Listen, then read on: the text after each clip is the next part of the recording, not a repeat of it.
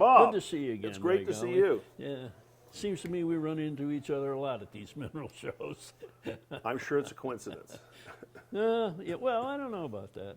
You know, I don't know if everybody in the audience knows enough about this guy. If you go to the Tucson Gem and Mineral Show and enjoy all those special exhibits, this is the guy you need to blame or credit, one way or the other, because he's the one who was responsible for all those really marvelous special exhibits that we have at the show each year. He's been on the show committee for how many years? A long time. I don't remember. Yeah. It's 30 plus years. Okay, he's a graduate at the U of A, of course, and he was recruited for the show committee and the club by the same people that we did, Bill and Millie Shoup, who were really one of the prime movers in the very early days of the show. So we've known each other a long time, and I've admired his collecting ability ever since I've known him. He's exhibiting his exhibit here at the Westward Look Show this year, and you're in for a treat because Pete specializes in Mexican minerals, and he's got his minerals arranged in a way to appeal to a broad range of collectors. You'll see what I mean when we get down there to look at them. Peter, what can you tell me about that collection? Well, I mean, I've been collecting Mexican minerals as long as I've been collecting minerals. Yeah. I mean, the very first specimen I ever bought in Mexico is a little rhodochrosite that's in one of the cases. All right. That's in the historic shelf.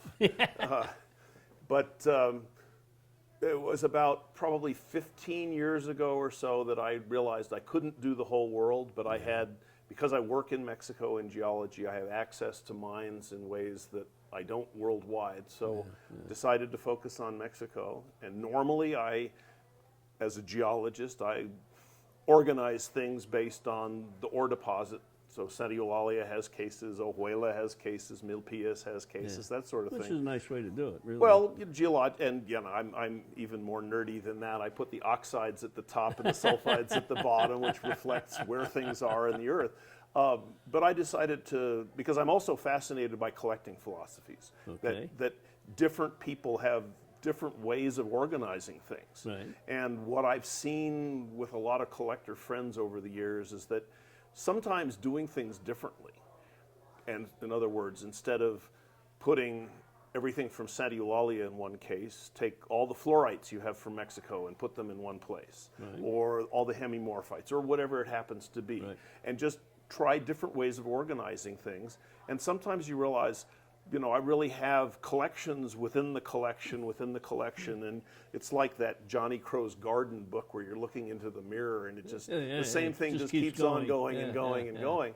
And so we decided to have some fun with it. I mean, it's great. I can experiment with these things today. They'll all go back to where they belong tonight, but maybe I'll have an epiphany and realize that something's missing, or, you know, I want to exhibit historic specimens together, for example. I've never done that before, and that was kind of interesting to pull these things out with you know, labels from, well, I mean, Joel Roberts Poinsett, who was the U.S. envoy to Mexico from 1823 to 1835. Oh my God. If you read his journal, he talks about being in Mexico City trying to acquire mineral specimens. Wow. And I go, well, I can relate to that, but he's saying, the dealers in Mexico City have lousy rocks. I'm going to have to go to the mine. So later in the journal, he talks about his riding a horse from Mexico City to Guanajuato, 2.5 days on horseback, and actually getting a bunch of going into the mines, getting some good specimens, describing them, and then you realize when we got the Mexican material out of the Philadelphia Academy of Sciences, there were those specimens. And you go, you know, that's a historic provenance that belongs with those rocks. Right. Absolutely. And so, you know, that's kind of fun. I mean, I loved the specimen for what it was, but to discover that it had that kind of history, that was kind of special. That's a trick, yeah.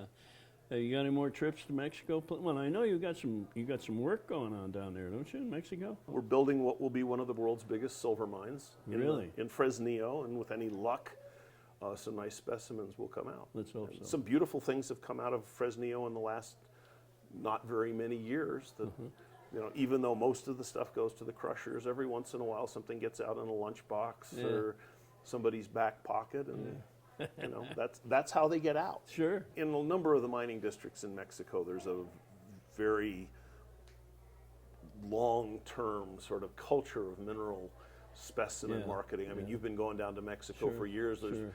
pictures of you in the Cave of the Candles at Santa Eulalia Yeah. back in the late 80s when they stumbled into that thing.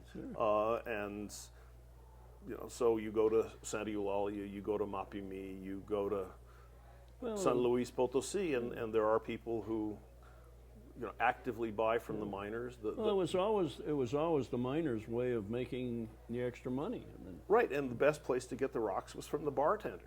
Yeah. Because they would exchange good rocks for drinks. Yeah. And frequently the astute bartenders would let guys run up a tab, so when the good rocks did come out, it was, you know, the tab will go away and you'll have some credit for some time in the future, and the rocks are now Pretty mine. slick. And then if I'm lucky, I'm knocking on the door the next day or later that evening. Sure. And that was the basis of it still is the basis of the business in a lot of Yeah, the second best place to look for minerals is under the miner's bed. That's correct. They had a trick, not a trick, but the way they would do it is you'd ask if they had minerals, and they'd take you in the house, and in some dim room that you, with almost a little light, they'd show you some minerals.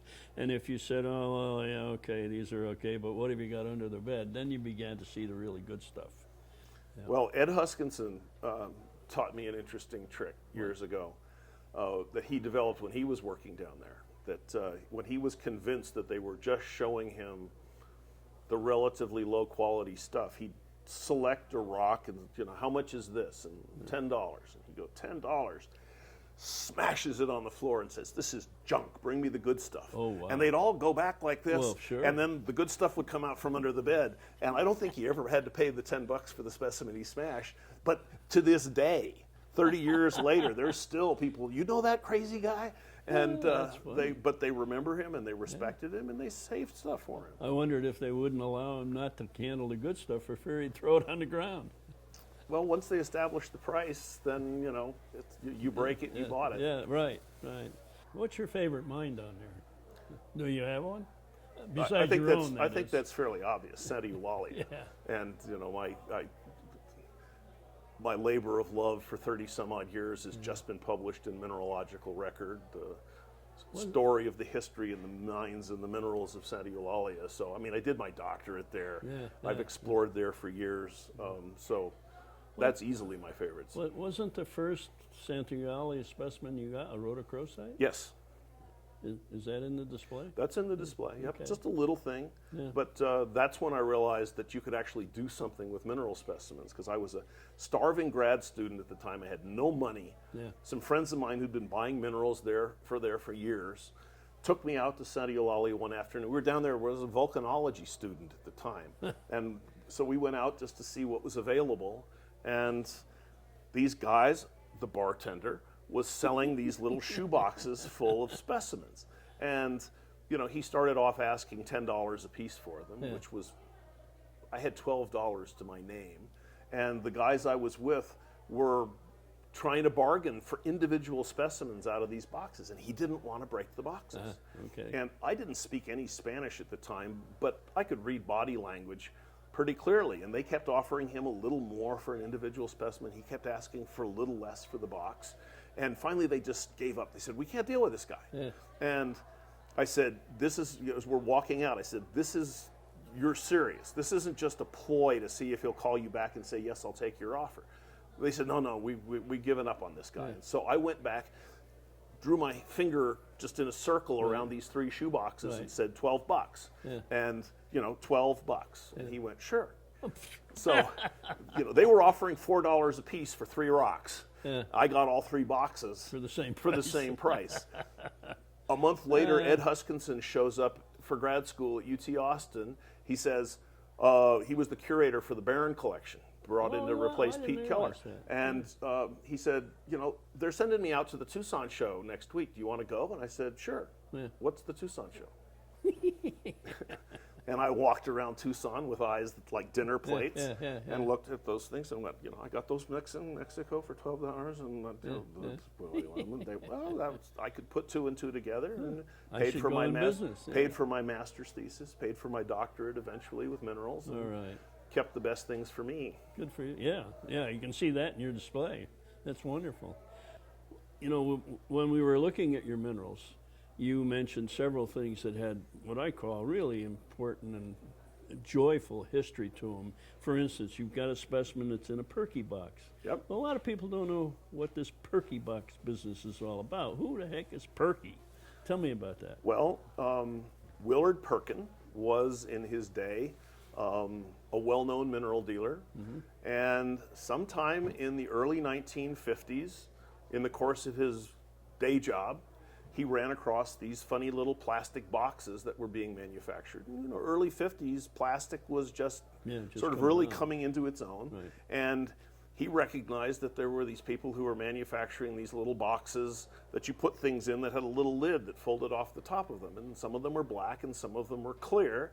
And he looked at them and he said, I can take one of these apart, and I can take the black bottom from one and the clear top from the other, turn it with top and bottom, and turn it over, put a little piece of styrofoam in the shallow black bottom, and this is a wonderful way to mount a mineral specimen, a thumbnail. Yeah. And so Perk would, he put them in, he called them Perky boxes himself, and and the name caught on. And of course, we're now 50 plus 60 years later. Many collectors never had the privilege of meeting him. He was a dealer in the Tucson show for many years. And one day on a slow afternoon at the show, which aren't common, but we sat down and he described to me in great detail how he made these things, from buying cheap plastic combs in Mexico where he could cut an individual tooth off and use that to glue onto the specimen. It kept his workbench clear because the rest of the teeth weren't cut and littering things. Put it into the styrofoam. In those days, you couldn't get small font type. He worked in a photographic shop, so he would print them large, and then he would take a black and white photograph of them, and then he would print that at very reduced size, and then cut that out and put it in the box. What a tedious job. And he would mount literally hundreds of these things. And a few years ago, I wound up buying some things, including that little Legrandite, in the Perky box, and I went, this is pretty cool. And I realized I was on FMF. Someone was talking about thumbnails and whether or not Perky boxes really qualified for thumbnails, because technically a thumbnail is a 1-inch cube and a Perky box is a 1 1/4 inch cube. And so I piped up with some stuff, and the next thing I know, Marie Heising is emailing me going, can you write that up for Rocks and Minerals? So I wound up writing up this article that, to tell people about Perk based on sort of a casual encounter with that Perky box. And I now have people who give them to me. Really? Yeah. And but also instead of people pulling them out and remounting them, people are recognizing that an original Perky mount is something that should be preserved as it is. So there's more and more people who are saving them, and people who never knew Perk now have the backstory on the Perky box. Oh, he is, I can give you a front story on that. One of the members of the society decided he wanted to honor Perky by getting his license plate in Connecticut, or in Arizona, with the word Perky box. Okay? So he applied to the motor vehicle department, and it was refused because they said it was obscene. Well, a bunch of us had to write letters to the motor vehicle department saying this is not obscene, this guy really lived, and this is an object. And so they finally did approve. Well, and so there is a car running around town here that says Perky box. And the crazy thing is the story that I wrote for Rocks and Minerals that's what came out at exactly, he was already in trouble with the Department of Motor Vehicles. Okay. And he went into them and said, see, here's a publication that shows what the real story behind this was. And so that helped seal the deal. Wonderful. All right.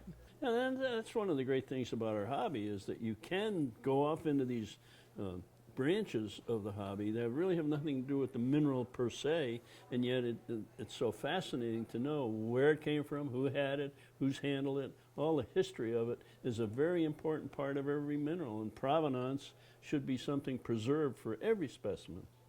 Yes, I mean, if it passed through a dealer's hands for 2.5 minutes, that's probably not that material. But if it was in the collection of Washington Roebling or Fred Poe or Bob Jones, that's a label that you should have. I once got a specimen from your son, a calcite from Chihuahua, that you told me had come from the P.T. Barnum collection. That's right. But it didn't have a label. No, he never did have a label.